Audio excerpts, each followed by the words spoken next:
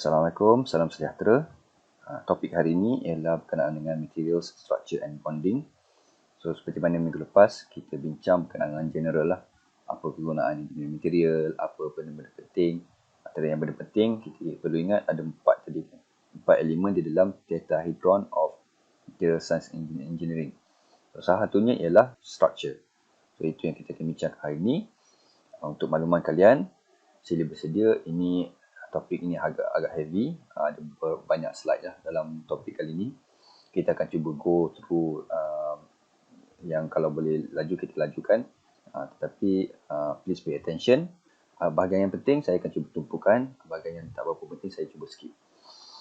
Okay, with that, mari kita mulakan. Kita nak bincangkan berkenaan dengan structure, di mana kita akan go zoom in very detail terhadap atom. Bila kita faham atomic structure, kita boleh faham macam mana peranan atomic structure itu terhadap property of the material.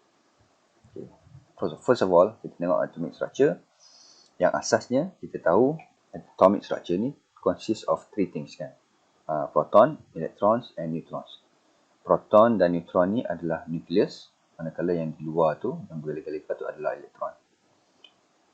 Okay, ini salah satu daripada atomic structure yang selalu kita nampak lah dalam gambar kan. Okay, walaupun tak berapa tepat lah sebenarnya, tapi kita gunakan dia. Tengah ni terdiri daripada nukleus. Nukleus adalah proton dan neutron, manakala di luar ni adalah elektron, atau kadang-kadang kita panggil sebagai electron cloud. Kita tengoklah kat sini, dia punya detail berkenaan dengan fakta kan. Contohnya dari segi jisim, sangat-sangat ringan kan. 10 to the power of negative 24 gram. Dan dia punya diameter, contohnya kan satu atom basic dia lebih kurang 10 10 to the power of negative 10 meter. Sangat-sangat kecil. Okay. Atomic structure ni is the basic structure unit of all engineering materials. Itu kita kena faham. Dan ia terdiri daripada nukleus, di mana nukleus adalah proton, neutron, plus pula electrons. Okay. Kenapa, apa peranan dia? Proton dan neutron ni memberi mass kepada kita punya atomic structure, memberikan jisim kepada atomic structure, tetapi elektron memainkan peranan penting yang lain. Elektron ni walaupun dia kecil, walaupun kecil compared to neutrons and proton, tetapi ia memainkan peranan untuk menghasilkan property seperti electrical, mechanical, chemical dan thermal properties di dalam material kita. Okay, untuk kita bincangkan lebih lanjut, kita kena ingatkan juga berkenaan dengan periodic table. Sebelum ni di dalam kelas-kelas kimia kan, waktu SPM dan sebagainya, ni kita kena refresh balik sebab dia mainkan peranan penting lah. So di dalam periodic table ni kita ada metal warna putih ni, dan non-metal yang warna hitam ni, dan juga intermediate punya elemen. Okay. Kenapa kita kena tahu periodic table tu? Sebab di sini kita akan nampak peranan apabila dua elemen yang berbeza digabungkan, dia akan menghasilkan satu bonding. Kita panggil sebagai atomic bonding. Okay, apa yang menyebabkan ada perbezaan-perbezaan ni ialah kita panggil sebagai valence electrons. Di dalam apa-apa atom, kita ada valence electrons, which are the electrons that occupy the outermost field shell. So, kita bayangkan atom structure ni seolah-olah macam bumi lah kan. So, kita kalau pernah tengok kereta rentas bumi, kita akan dapati bahawa dalam dia ada core, atau ada pula outer shell, ada lapisan yang seterusnya, lapisan seterusnya kan, ada beberapa lapisan. So, lebih kurang sama juga dengan atomic structure. Yang ada core, yang kita bagi sebagai nukleus, juga ada beberapa lapisan elektron. Yang paling hujung sekali, yang paling luar sekali, kita panggil sebagai valence electrons. Kenapa sangat penting ni? These electrons are extremely important as they participate in bonding between atoms to form atomic and molecular aggregates.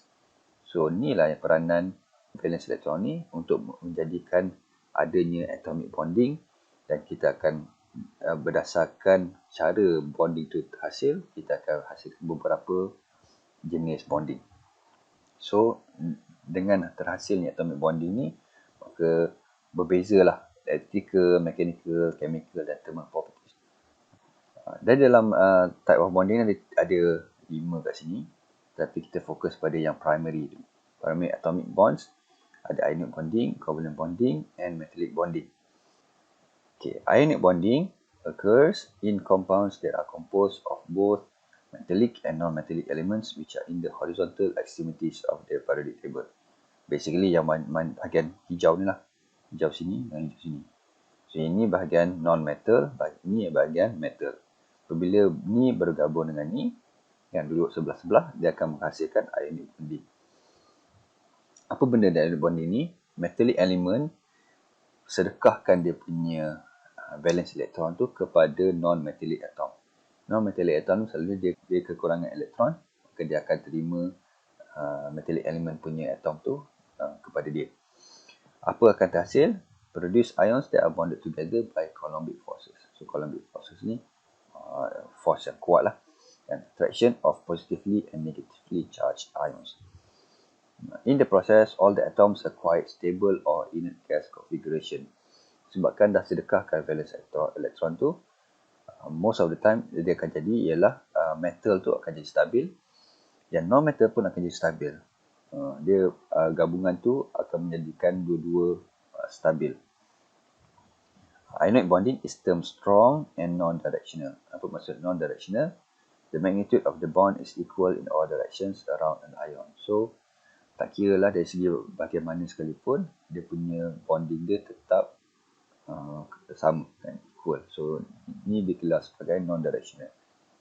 Kalau anda kata dari segi posisi dia berbeza akan mengakibatkan dia punya bonding tu berbeza, tu dia panggil sebagai directional. Nanti kita boleh tengoklah ada jenis yang directional punya bonding. Contoh kat sini, mudah tengok contoh kan. Antaranya NaCl dan MgO. So natrium tergolong dalam metal bergabung dengan chlorine, kan? Cl. Bergabung which is non-metal.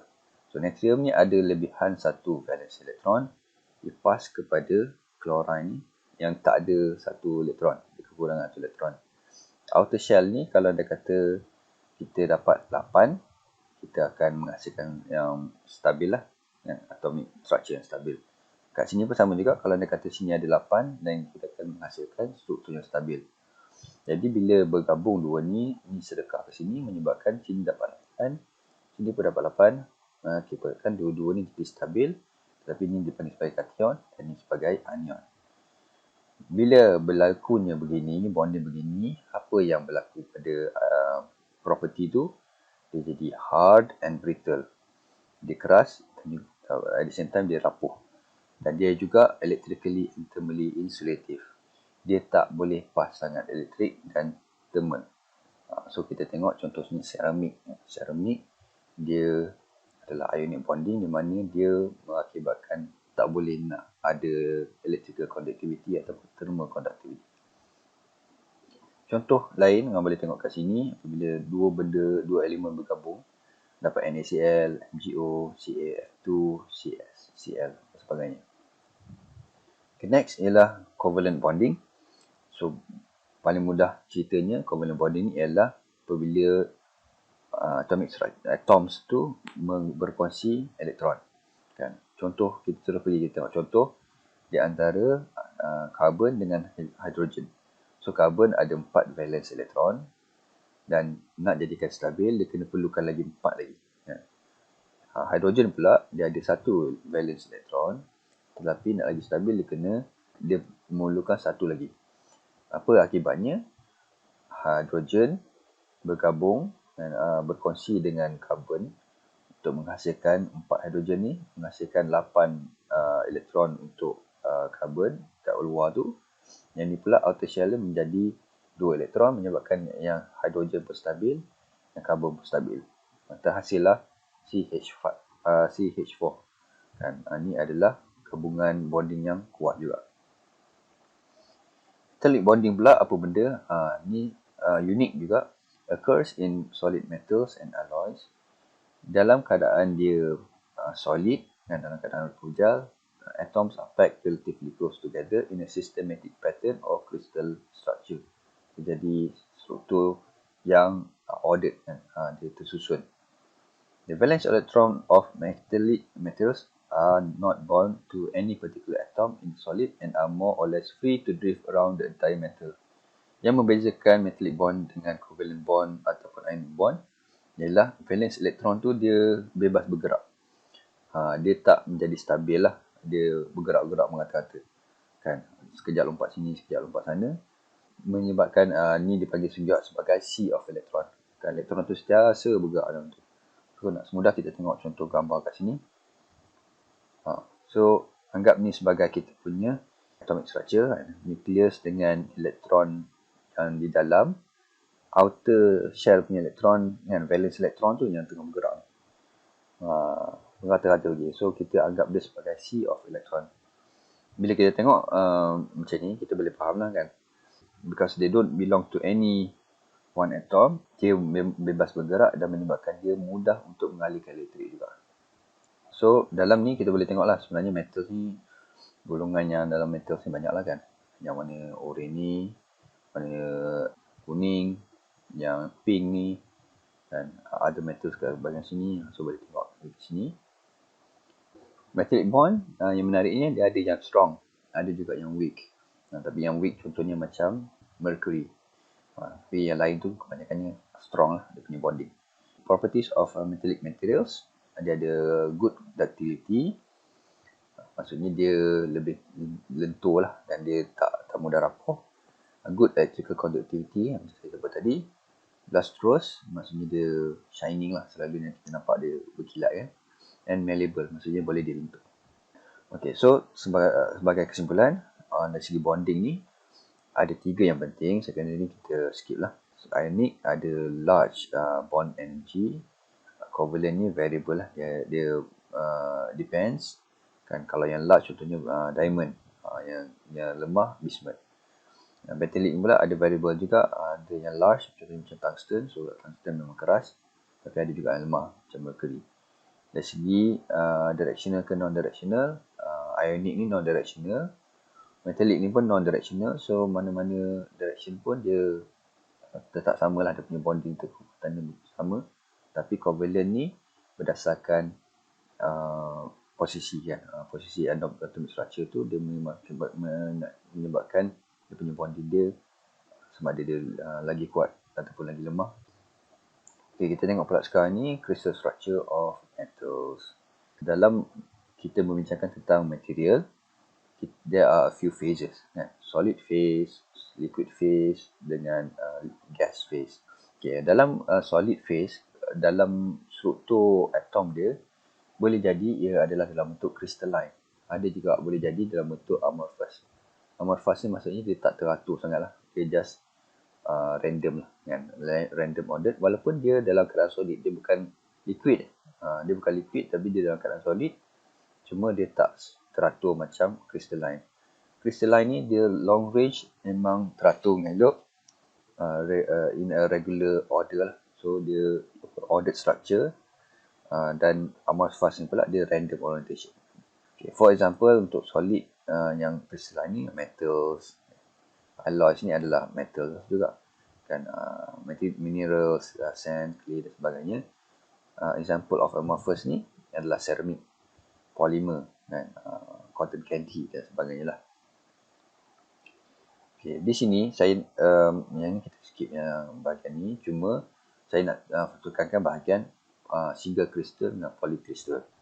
Bila kita ada struktur solid tu dalam keadaan dia adalah single crystal, bermakna dia punya aturan tu perfect, sama je semua kan, semua straight, tak ada beza pun. Polycrystal ni pula dia ada satu bahagian tu dia semua beratur ke arah satu arah, tapi ada pula bahagian lain dia beratur pada arah lain. So dia ada beberapa kumpulan lah boleh katakan dalam struktur tu yang mana dia beratur ikut tim masing-masing, tetapi dia tak sama lah untuk keseluruhan kan. Jadi dia ada struktur juga, cuma dia tak ada 100% sama. Tu bezanya antara single crystal dengan polycrystal. Amorphous solid macam kita sebut tadi, dia merata-rata, tak ada satu arah yang tertentu lah dia ikut. It's a disordered state. Okay, bila kita tengok arrangement of the atoms, kita dapati bila dalam in terms of crystalline structure, dia adalah dalam bentuk yang tersusun macam kita sebut tadi. Jadi kalau katakanlah kita potong satu bahagian dan kita tengok, kita panggil benda ni sebab dia adalah berulang, kita panggil dia sebagai space lattice. Space lattice ni pula, kita ambil satu bahagian dan kita dapati ni adalah bahagian yang sebenarnya kita copy paste dan kita akan dapat inilah yang bahagian-bahagian lain juga kan. Dia adalah bahagian-bahagian semua ni adalah hasil turutan yang samalah, arrangement yang sama dengan yang bahagian kecil ni kan. So yang kecil ni, kalau kita zoom out, zoom in lah, zoom in, kita panggil dia sebagai unit cell. So unit cell ni sangat penting lah untuk kita faham struktur atom bagi apa-apa material yang kita nak bincangkan. Di dalam unit cell ni pula, selalunya kita ada 3 ABC ni. Kita panggil sebagai lattice constants. Dia ada 2 lah, axial length, ABC ni, ABC, dan juga dia punya interaxial angles. Ni, alpha, beta dengan gamma. Okay, dalam crystal systems ni pula, ada beberapa jenis. And there are 7 types of unit crystals. Specifically, inilah cubic, tetragonal, orthorhombic, rhombohedral, hexagonal, monoclinic, triclinic. Dan ini semua boleh dibagi kepada 14 standard unit cell ataupun 4 basic types of unit cells. Simple, body centered, face centered, base centered. So kita akan cuba tengok satu-satu ni. Ni adalah 14. 1, 2, 3, 4, 5, 6, 7, 8, 9, 10, 11, 12, 13, 14 Bravais conventional unit cell. Dan kita bahagikan pula kepada beberapa lah. Cubic, hexagonal, yang 7 tadi. Rhombohedral, tetragonal, orthorhombic, triclinic, monoclinic. Yang penting semua ni, walaupun ada banyak contoh-contoh ni, yang penting adalah ni.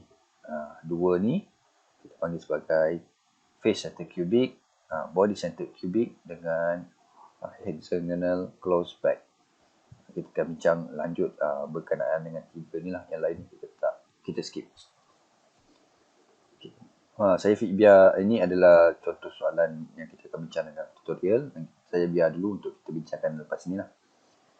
Okay, basically, kenapa berlakunya ada metal yang keras, ada yang lembut kan, adalah kerana inilah atomic arrangement of the structure menyebabkan struktur tu merubah dia punya property di dalam metal tu kan. Jadi bila berlakunya demikian, kita boleh terfaham lah kenapa adanya sifat-sifat yang berbeza walaupun dia punya bonding dia adalah sama, iaitu metallic bond. So asasnya, kalau daripada dia punya permulaan di mana mungkin kita cairkan dia kan untuk hasilkan alloy kan. So kita cairkan dia dulu, dan bila benda tu jadi mengeras kan, solidification ni, maka terhasil lah selalunya antara 3 ni lah, BCC, FCC dengan HCP kan. Base centered cubic, body centered cubic, face centered cubic, ataupun HCP, hexagonal closed pack. End up dia jadi kristal. Kadang tu kristal ni terdapat juga kita bagi sebagai imperfection ataupun defect. Itu kita akan bincang lebih lanjut di bawah nanti. Tapi dalam dua-dua ni, dalam penghasilan ni, ada single crystal kita panggil ataupun polycrystal. Single crystal tadi macam saja, keseluruhannya sama je direction dia. Tapi polycrystal ni adalah pockets of this ordered punya atomic structure. Okay, so perbezaan dekat situ lah. Kebanyakannya sebenarnya adalah polycrystal lah yang kita akan gunakan dalam engineering material. Ada kegunaan juga single crystal, tapi most of the engineering material adalah polycrystal. Okay, back to yang saya sebut tadi, body centered cubic, face centered cubic dengan hexagonal closed pack. Ni adalah bentuk dia. Kan? Dan ni sangat penting untuk anda faham sebab kita akan buat banyak calculation lah berkenaan dengan especially 2 ni. face centered cubic dengan FCC face centered cubic. Okay, so kita kena faham the cube side, sebab ni adalah bentuk cube. The cube side of the unit cell of BCC iron at room temperature is 0.287. Ini dah dikira kan. So kita tahu ni jarak ni adalah 0.287 nanometer. Ini pertama. If unit cells of pure iron are lined up side by side, unit cell sama ni, iron ni dia buat copy paste jadi banyak, menjadi satu lattice. In 1 mm there will be how many unit cell? Kita nak calculate macam mana. So kita ubah 1 unit cell, kita bahagikan dengan nilai ni, dan length ni, kali dengan 10 to the power of negative 6 mm per nanometer. Sebab kita nak take out dengan millimeter ni. So 1 mm kita letak ke depan sebab kita nak tahu how many unit cell per 1 mm. Potong millimeter, sini ada nanometer, kita potong nanometer. End up we will see it becomes 3.48 times 10 to the power of 6 unit cells. Memang banyak lah kan unit cell iron ni dalam 1 mm range of length. So ni contoh-contoh di mana kita menggunakan nilai tadi, A, B, C tadi kan, axial length tadi untuk membuat calculation. Okay, kita patah balik ke 3 jenis crystal structure yang kita bincangkan tadi, iaitu BCC, FCC, HCP. Ini adalah representation of that particular crystal structure. Dan dalam kita nak membuat analisa lah berkenaan dengan unit cell ni, kan, all of this is one unit cell. Sekarang ni a little bit complicated sebab kita nak buat calculation dan benda ni perlu imaginasi sikit lah. Okay. Walaupun benda ni nampak jarak-jarak macam ni kan, dia punya atom, tetapi sebenarnya kita anggap dia sebagai dalam gambar ni kita nak memudahkan anda faham lah kat mana setiap satu kan. Ni duduk tengah, ni duduk kat tepi dan sebagainya kan. Tapi dalam calculation kita nak membesarkan atom ni. So bayangkan atom ni dibesarkan sehingga kan dia bercantum antara satu lain. Waktu tu kita still anggap satu unit cell adalah this cube kan. So you can consider bila kita buat calculation lepas ni, any atom punya volume yang masuk dalam cube ni kita buat calculation. Luar daripada dia kita potong keluar. So lepas ni kamu akan nampak betul-betul yang pelik sebabkan assumption ni itulah kan. Okay, mudah senang cerita macam ni. Kalau anda kata ia adalah bentuk simple cubic structure. So dia ada satu dekat setiap corner ni kan, setiap corner cube ni ada satu atom. So ada 8 atom keseluruhannya. Bila kita membesarkan dia kan, macam ni, jadi dia dah bergabung antara satu sama lain. Dan sekarang ni cube tu masih tadi dekat dalam kan.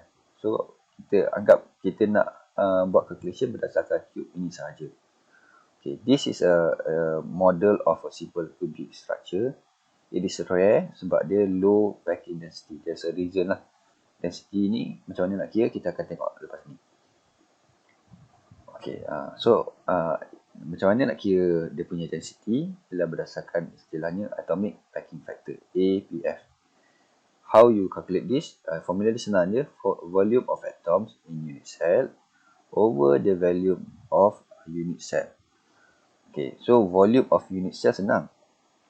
Kita anggap dia sebagai cube. Kalau kita tahu A dia berapa nilai dia, kalau sebabkan cube kan. So A kali A, kita akan dapat volume dia. Simple. Cuma volume of atoms ni pula macam saya sebut tadi. Sekarang ni kita telah anggap yang kita punya atom yang kecil-kecil kita buat tadi, kita dah membesarkan dia sampai dia bersentuhan atas satu sama lain kan. Okay, sekarang ni gambar ni tadi kita buang semua yang di luar daripada cube tu, maka terhasillah gambar ni kan. So daripada gambar ni kita faham lah rupanya ada ruang lah sebenarnya kan kat tepi-tepi ni. Walaupun dalam unit cell ni kan, kita nak cuba penuhi ruang tu, tapi ada juga ruang-ruang kosong. So kita sebenarnya nak kira berapa volume yang ni lah sebenarnya kan.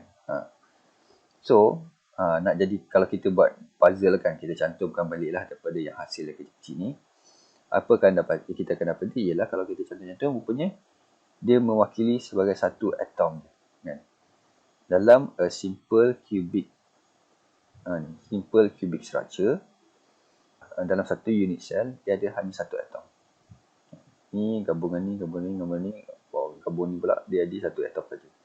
So kita kena kira volume satu atom tu berapa kan. Okey, kalau kita tengok konteks ni, yang panjang R ni kan, yang panjang ni adalah separuh daripada A, betul tak kan? So menggunakan formula spherical 4/3 pi, ni adalah kita punya R kuasa 3, kita akan dapatlah dia punya volume of atom tadi kan. Atom pula ada satu saja, jadi 1 kali dengan nilai volume atom tadi untuk mendapatkan APF. Hasil daripada sini kita akan dapati bahawa atomic simple cubic structure dia punya APF adalah 0.52. Untuk yang lain, kalau anda kata lagi tinggi daripada nilai ni kan, nak menghampiri 1, dia adalah lebih bagus. Maksudnya lebih dense lah, dia lagi padat kan? Dan tu lagi bagus. Bila lagi padat, lagi kuat lah material tu. Okay. So harapnya boleh faham. Sekarang ni bila kita nak tengok benda ni, kita anggap kita membesarkan semua ni supaya dia jadi besar macam ni lah, sampai dia bercantum antara satu sama lain.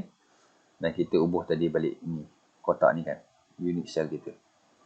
So kita delete semua yang berada di luar, kita ambil volume yang ni dalam, kita dapati bentuk dia macam ni kan. Dalam dia mesti kosong, bulat elok, yang luar ni dia jadi macam ni kan.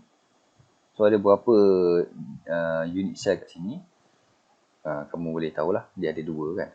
Satu yang dalam ni, yang full ni, dan ini kalau 1, 2, 3, 4, 5, 6, 7, 8 kita gabungkan semua, kita jadi lagi satu atom kan. So ada dua atom kat dalam ni, dalam satu unit cell bagi BCC. BCC body centered cubic. Kenapa dia kata body centered cubic? Sebab dekat tengah-tengah ni ada one body of atom kan. Okay.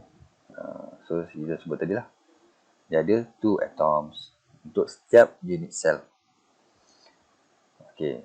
So sekarang ni kita nak kena tahu lebih detail lah. Sebab kita, kalau nak kata kita nak kira tadi atomic packing factor tu, kita nak kena tahu A ni, tadilah kita dah tahu lah A. R ni adalah yang ni, radius ni. Tapi kita kena tahu tambahan pula kan, ni nilai ni. Sebab apa kita nak tahu nilai ni? Sebab ini, daripada sini kita boleh tahu relationship antara A dengan R. So menggunakan trigonometry, mula kita ambil A sini, kita ambil A sini, and then gunakan trigonometry, kita akan dapati bahawa bahagian ini adalah A 2 root kan, 2 square root A kan. A kuasa 2 plus A kuasa 2 menjadikan square root, kita akan dapati ni yang jawapan dia kan. So yang bawah ni, saya lukis sekejap. Bahagian bawah ni adalah ni. Bila kita tahu ni, kita tahulah macam mana nak kira ni. Sama lah kan, trigonometry. A kuasa 2 tambah square root 2A, ni kuasa 2, atau square root ke semua ni kan. Kita dapat dia punya hypotenuse ni kan. Ialah inilah jawapan dia kan. So memandangkan satu ni adalah R kan. Dari sini ke sini adalah R. Ini adalah 2R, ini adalah 1R, jadi 4 lah. So 4R bersamaan dengan square root 3A. Cuba buat matematik dia lah kan. Try to prove this. Okay, so this one, bila kita nak buat atomic packing factor, bila kita dah tahu dia punya radius sebagainya itu, kita boleh buat benda yang sama ni. Sebab kita nak tahu A ni, kita nak tahu R dia, nilai R. Kalau kita tahu nilai R, kuasa 3, yang lain tu kita boleh selesaikan lah. So bila buat calculation ni, boleh cuba buat sendiri. End up kita akan dapat ni 0.68. Kita tak perlu tahu A ni apa pun kan. Kita boleh cancel out dia nanti. Yang kita akan dapat dia adalah 0.68, lebih besar daripada simple cubic structure tadi. Okay, another one is kita panggil sebagai face-centered cubic. Kan? Sebab apa face-centered cubic? Sebab dekat bahagian face cube ni adalah kita punya atom. Ada satu kat sini. Kan? Untuk yang face ni pula, dia ada satu kat sini. Ni, untuk face yang ni pula, ada satu ni kat sini. Kan? Untuk ini pula, atom ni kat sini. Kan? Okay, now kita blow up semua ni jadi besar. Jadilah bentuk macam ni. Kurang lah kan. Tak berapa cantik dia punya representation. Tapi lebih kurang macam ni. Kalau anda kata kita ambil dia punya square kat sini, kita akan dapati dia berbentuk macam ni. Bentuk dia lagi pelik lah kan. So berapa atom kat dalam ni? Kalau kalian tengok ni gabung kat bawah, ni gabung kat ni gabung dua. Kalian dapati untuk yang ni kita ada 4 atom yang berbeza. Ni 1, 2 gabung kat situ. 1, 2 gabung 2. Yang belakang ni jadi 3. Yang ni, ini dengan yang ni dan ke belakang tu kita dapat 4. So 4 atoms per unit cell. Sekarang ni kita nak kena tahu dia punya R. So kita buat benda sama. Ni lagi mudah lah. So kita tahu dah A kat sini, A kat sini. Kita punya ni adalah ni lah kan square root 2 A. Dan sebabkan ni adalah 1R, 2R, 3R, 4R. Square root 2A ada bersama dengan 4R. Ni kita punya komponen yang penting lah dalam kita pengiraan. Cuba buat calculation sendiri lah. Kan? Okay, bila kita dah tahu tu, kita dah boleh masukkan nilai R kat sini. Dan yang lain tu senang lah. A ni kita tak perlu tahu pun nilai dia berapa sebenarnya. Kita buat, kita dapati bahawa nilai dia adalah 0.78. Beza lah banding dengan yang BCC. BCC jadi 68. Ini adalah 0.78. Sorry, 74. Hexagonal close pack pula ada cara sendiri untuk dikira. Tapi bukan sama. Bila kita besarkan dia jadi bentuk macam ni. Untuk kita masukkan balik kotak ni untuk menghasilkan bentuk macam ni lah kan. Isolated unit cell dia panggil. So how many atoms dalam ni kalau kita kira adalah 6 atoms kat dalam ni. Campur-campur lah ni. Campur-campur kita akan dapat 6 atoms. So dalam konteks ni sedikit susah untuk calculate dia punya atomic packing factor. Tapi kita boleh tengok bahawa dia ada satu lagi ratio yang penting lah untuk HTP ni. Untuk cubic structure yang dua tadi tu tak penting sebab dia cube kan. Untuk yang HTP ni dia nak tahu ni C over A ratio. C ni panjang ni dengan A ratio panjang ni. So the ideal CA ratio consisting of uniform spheres ialah 1.633. Okay, so ni ada satu soalan, mungkin boleh try buat lah. Calculate the volume of the zinc crystal structure unit by using the following data. Fusing has HCP crystal structure with lattice constants. Ni dengan C adalah ini. So you can try to do this on your own. Okay. I'll give you the answer here. Sebelum tengok ni, cuba try lah buat yang atas dulu. Okay, so basically comparison of FCC, HCP and BCC material kan. So nilai dia atomic packing ni adalah 0.68. Contoh kat bawah ni kan, iron, tungsten sebagainya. FCC ni pula, so dikira balik atomic packing factor dia lebih tinggi daripada BCC. Meaning dia lagi padat lah. HCP pula bila dia buat calculation, dia punya atomic packing factor dia pun lagi tinggi, sama tinggi dengan FCC dalam 0.74. So dia punya example of crystal structure ni, example apa dia metal, FCC aluminium, copper. Aluminium paling famous lah untuk FCC. Untuk BCC ni yang paling famous iron. Untuk HCP ni yang paling famous magnesium. Yang selalu digunakan lah dalam perbincangan. So ataupun zinc. Zinc pun selalu digunakan. So ni walaupun dia adalah metal, tapi dia punya struktur dalam dia berbeza, menyebabkan kita boleh tahu dia punya dia punya property dia pun akan berbeza juga. Okay. Dan saya contoh sedikit berkenaan dengan ni, theoretical density. Density adalah mass of atoms in unit cell over total volume of unit cell. So nak tahu mass of atom ni menggunakan formula ni.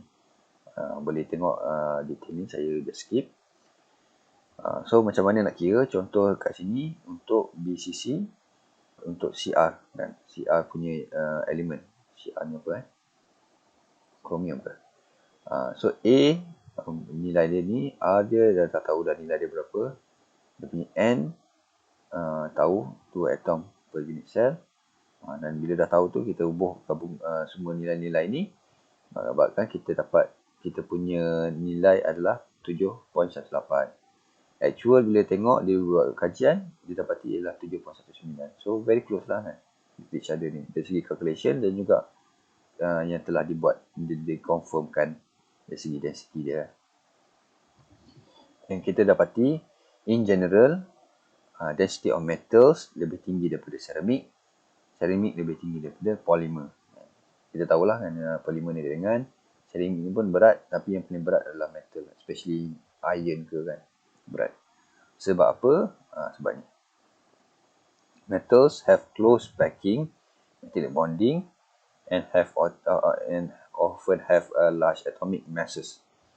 Ceramik pula less dense packing, often lighter metal elements, manakala polymers have low packing density and lighter elements. So metals memang tinggi dia punya close pack kan, 0.73, 0.64 kan. Ceramik ni less kan, dia punya density dia kurang, dan sebab tu dia lebih ringan. Ni pun sama, polymer lagilah kurang. Jadi dia dalam bentuk amorphous pula tu kan, dia tak ada kristal, jadi dia lagi ringan. So dalam ni contoh graf yang menunjukkan inilah dia punya dia punya ketumpatan dia kan, perbezaan ketumpatan. Boleh tengoklah dengan golongan hijau ni kat bawah ni, atas sikit zirconia semua-semua ni adalah ceramik, atas sikit yang paling berat ni betul di atas ni. Satu lagi terlupa, composite yang ni.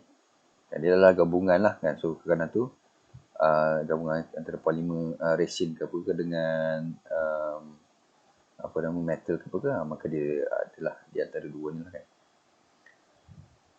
Okay, so saya rasa berhenti kat situ dulu. Kita akan gabung. Okay, saya rasa kita berhenti di sini dulu. Yang selebihnya kita ada sedikit lagi nak tambah untuk kelas yang seterusnya. Terima kasih. Assalamualaikum dan salam sejahtera.